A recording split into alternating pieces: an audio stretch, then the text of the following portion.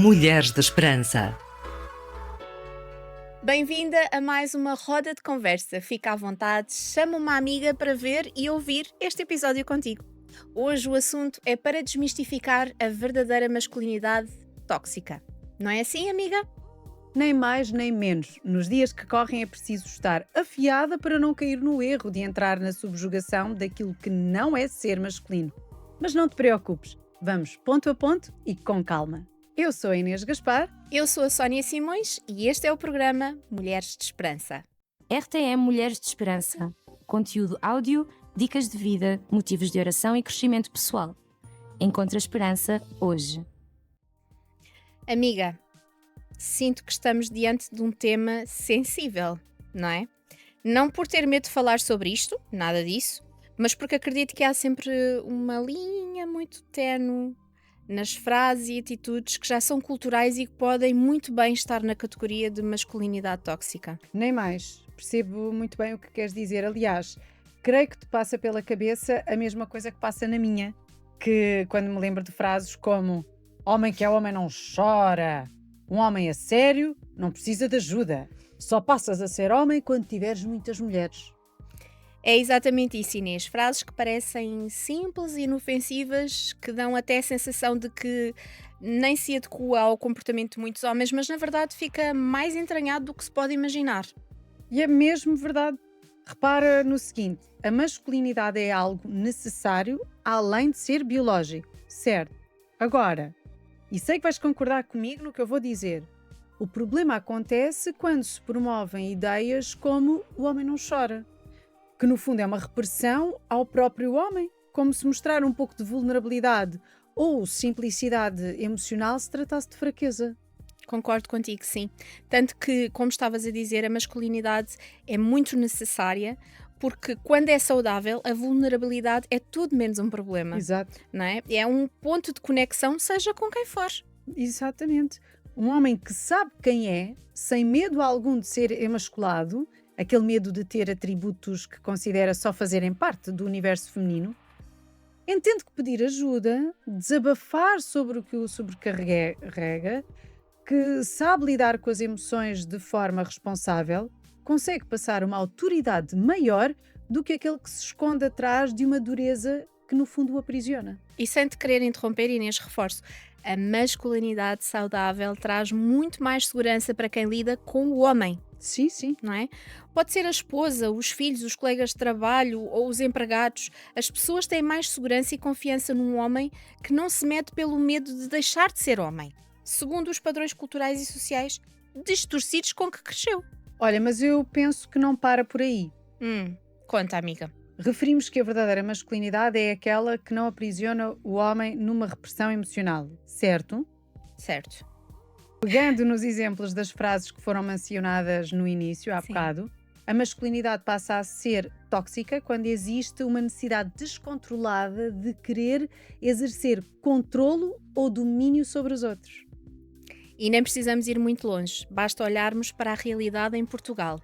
Os números de violência doméstica contra as mulheres e feminicídios falam por si. Verdade. Segundo os dados da APAV, até setembro de 2025 já tinham sido registados mais de 70 mil casos. É muito. Isto não são exceções, é um padrão que nos deve fazer parar e refletir. Exatamente. E ainda bem que trazes esses dados, porque isto não é uma conversa de opinião. Sim, sem Ok? dúvida. Estamos a falar de uma realidade muito concreta, profundamente enraizada na nossa cultura. Há homens que ainda não conseguem perceber que o desejo de controlo e domínio sobre a outra pessoa, seja parceira ou não, é perigoso e destrutivo. É como se existisse aquela ideia de que um homem a sério só é respeitado quando tudo gira à sua volta, quando todos fazem aquilo que ele quer. Ai, sim, e isso não tem nada a ver com masculinidade, nem com liderança. Sim. Na verdade, aproxima-se muito mais de um comportamento infantil Verdade. do que de um adulto emocionalmente saudável, capaz de respeitar limites e a dignidade do outro. É verdade, amiga. A forma como disseste ajuda mesmo a perceber o quão distorcida pode ser esta visão. Às vezes, quando colocamos as coisas desta forma, fica mais claro o absurdo. Sim. Não é? O absurdo. e a urgência de mudar mentalidades. Não, mas não é verdade. Algo saudável é quando existe respeito, Sim. empatia e uma habilidade não só de comunicar, como de ouvir. É recíproco. Saber assumir responsabilidades e ter uma postura assertiva sem humilhar ou querer subjugar seja quem for. Concordo plenamente contigo. E pegando nisso que estavas a dizer, percebemos como a chamada masculinidade tóxica acaba, ironicamente, por desumanizar o próprio homem, Interessante. não é? Porque nessa ânsia de querer ser respeitado, alguns acabam por confundir respeito com medo. Eles querem Uhum. colocar medo naqueles que estão à volta deles, chegando ao ponto de normalizar o abuso e a violência como uma forma de serem ouvidos. Sim, e os dados que tu partilhaste da APAV ajudam-nos a perceber que isto não é uma teoria, é uma realidade, infelizmente. São números que nos confrontam e que nos mostram o impacto real destas atitudes na vida de tantas mulheres. Sim. E estamos a falar apenas dos casos que chegam a ser conhecidos, não é? Exato. Há tantos outros que ficam no silêncio. Não é normal nem aceitável um homem achar que virilidade passa pelo uso da força. Da mesma forma, nenhuma mulher deve aceitar que isso seja sinal de coragem ou de ser um homem a sério. Uhum. Essa ideia do macho precisa mesmo de ser desconstruída. Sim, sim. Aqui existe um trabalho que precisa de ser feito de ambas as partes, não é? Sim, Dele, sim. dela. Enquanto o homem precisa destruir ideias erradas que lhe foram incutidas, a mulher também precisa de abandonar as ideias que lhe foram ensinadas a abraçar porque os homens são mesmo assim. Pois. E uma noção saudável disso seria que ambos entendessem que a força do homem, essa virilidade que falávamos, deveria ser usada para proteção, Exatamente. para cuidado, para segurança. Exatamente. Não para causar terror ou dar a impressão de que ao lado de um homem assim tem de se andar sempre a pisar em ovos. Ter aquela percepção de se usar a força para o bem, não é? Isso mesmo. Até porque se formos ver, que há de errado com a masculinidade em si? Nada, Exatamente. não Claro é? que não. Ser homem não é uma vergonha. É uma honra. Vergonha é desvirtuar o seu propósito. Isso. Aliás, creio que esse vai ser o nosso próximo passo. Ora, nem mais. E é já a seguir. Esperança para as mulheres em todo o mundo e através das gerações. Mulheres de Esperança. Então vamos lá. Já foi aqui mencionado sobre o mais fundamental das diferenças que existem entre a masculinidade saudável e a masculinidade tóxica, e já deu para perceber que também aprisiona o próprio homem numa performance que o pode destruir. E por isso mesmo é que agora é o momento de aprofundarmos um pouco mais acerca de como reconhecer um homem de verdade. Muito bem. Nós, mulheres, precisamos saber reconhecer quem o é verdadeiramente. Não achas? Acho que Achas, sim, amiga? tenho a certeza, Ok. concordo, pela maneira como o mundo vai caminhando e as coisas que andam soltas por aí pelo mundo da internet. Sim. Eu confesso que começo até a temer um pouco sobre o futuro dos meus filhos. Eu Sim. imagino que sim. E também partilho desse temor. Por isso é que é tão importante o que estamos aqui a fazer. Exatamente. Não é? Por todas as mulheres. Aliás, eu tenho aqui um exemplo perfeito de um homem saudável. Ai, conta. Uma Eu masculinidade saudável. Que já sei de quem estás a falar, porque eu também passei a reconhecer a masculinidade como algo saudável quando conheci esse homem. Sobre quem vamos falar agora. Oh, então, cá vai. Estás pronta? Estou prontíssima. Já deu para entender que tanto tu como eu não vemos a masculinidade como algo errado, mas como com um propósito criacional, não é? Exato. Algo intencional. Ora, sendo nós mulheres de fé, então nós acreditamos naquele que criou o homem e a mulher. Corretíssimo. E eu estou a gostar de acompanhar onde tudo isto vai chegar. Continua, Dona Sónia. Ora, temos plena noção de que homem e mulher são diferentes.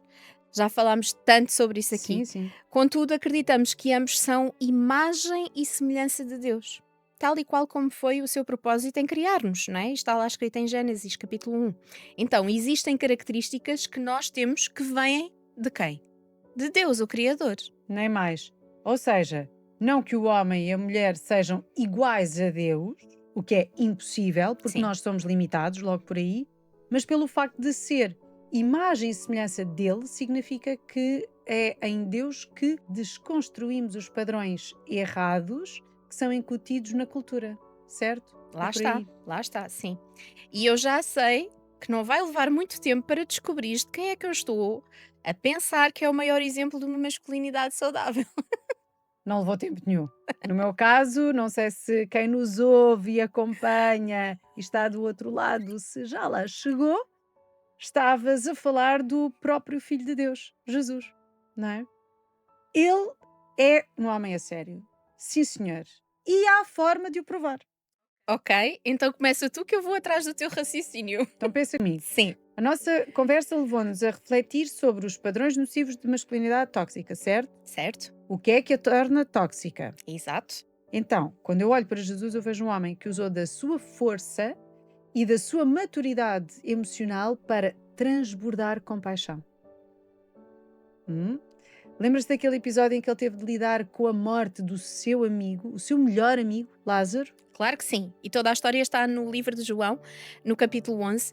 E o que mais me fascina é o capítulo, ou neste caso o versículo 35, que só tem apenas duas palavras. Sim. Jesus chorou. E é aí mesmo que eu quero chegar.